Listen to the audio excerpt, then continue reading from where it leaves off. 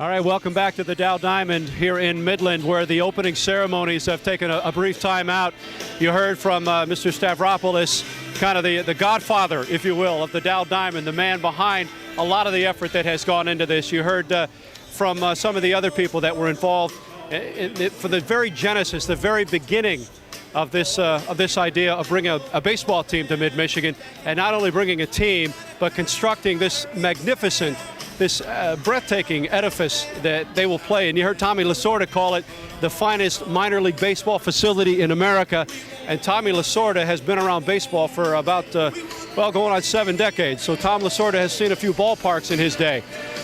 All right, welcome back. That is a look from the outside vantage point of this magnificent ballpark, the Dow Diamond, about 20 minutes away or so from the first pitch ever in the history of this beautiful little ballpark. And I say little only by major league standards comparatively, but man, I'm telling you, you gotta, if you have kids, you have to bring them out here.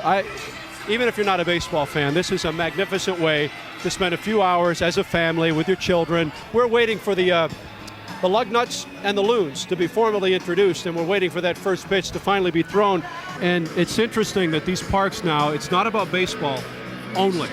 Baseball is a big part of it, obviously, but we have, looks like a mini amusement park over here for kids. Yeah. It's just, so it's a whole package. One thing I really like about this place is the little place where everybody can kind of sit out there and just chill and watch the game, and the sun will be shining on them in the outfield. They'll get foul balls out there, and they have it along the other side too, and also out back there into the outfield too. I mean, that's just very unique. You don't see many ballparks doing things like that. It is so much more accessible, I guess is the word, than Major League Baseball. It's almost like they encourage you to be a part of the game. They start firing stuff into the stands, those little toys and whatnot that they fire to the kids.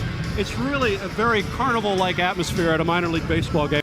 And now, fans, turn your attention to the first base side as we introduce for the very first time your Great Lakes Loons!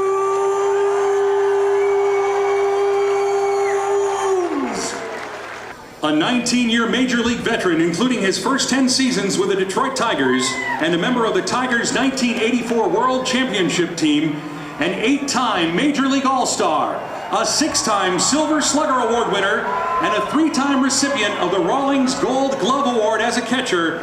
Ladies and gentlemen, the first manager in the history of the Great Lakes Loons, number 13, Lance Parrish!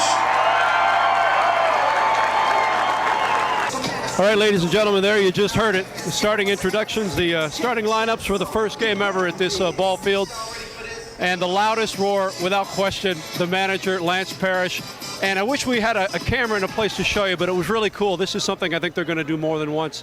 The coaching staff and the starters came out of the stands. It looked like they were making their way, negotiating their way down the stairs onto the field. A very nice touch, a classy touch, bonding the community with the team in an even greater fashion than they already are. We hope you have enjoyed our coverage from the Dow Diamond tonight. We'll be back tonight on TV5 News at 11 with much more.